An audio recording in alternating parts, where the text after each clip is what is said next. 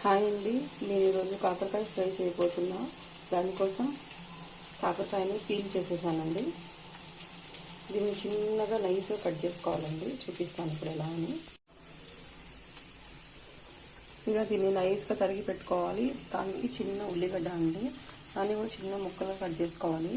ఇప్పుడు దీన్ని ఎలా చేయాలో చూపిస్తానండి.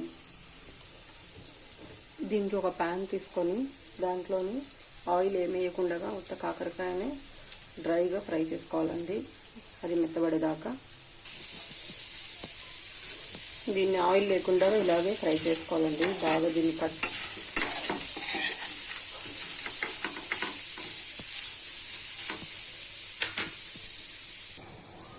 చూడండి, ఇది ఫ్రై అవ్వడానికి ఏం లేకపోయినా 10 నిమిషాలు పడుతుంది. బాగా నూనె లేకుండా డ్రైగానే ఫ్రై చేసుకోవాలి. ఇప్పుడు దీన్ని తీసేసి నూనె వేయాలి.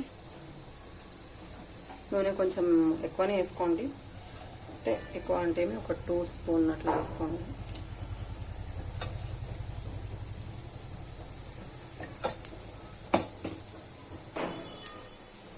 దీంట్లో ఆవాలు జీలకర్ర వేసుకొని దాని తర్వాత ఉల్లిగడ్డ వేసుకుందామండి.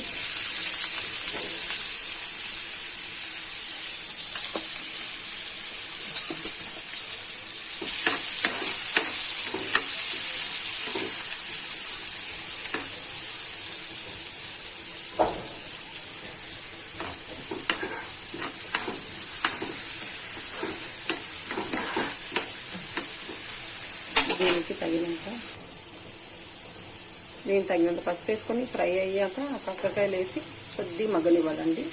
మగ్గనిచ్చాక ఇంకా కారం వేసుకొని ఉప్పు కారం వేసుకొని దించేయడం అంతే. చూడండి, కాకరకాయ ఫ్రై అయిపోయింది.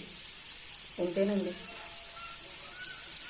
కానీ కొంచెం టైం పడుతుందండి ఫ్రై చేయడానికి. ఇది వేగాలి కదండి.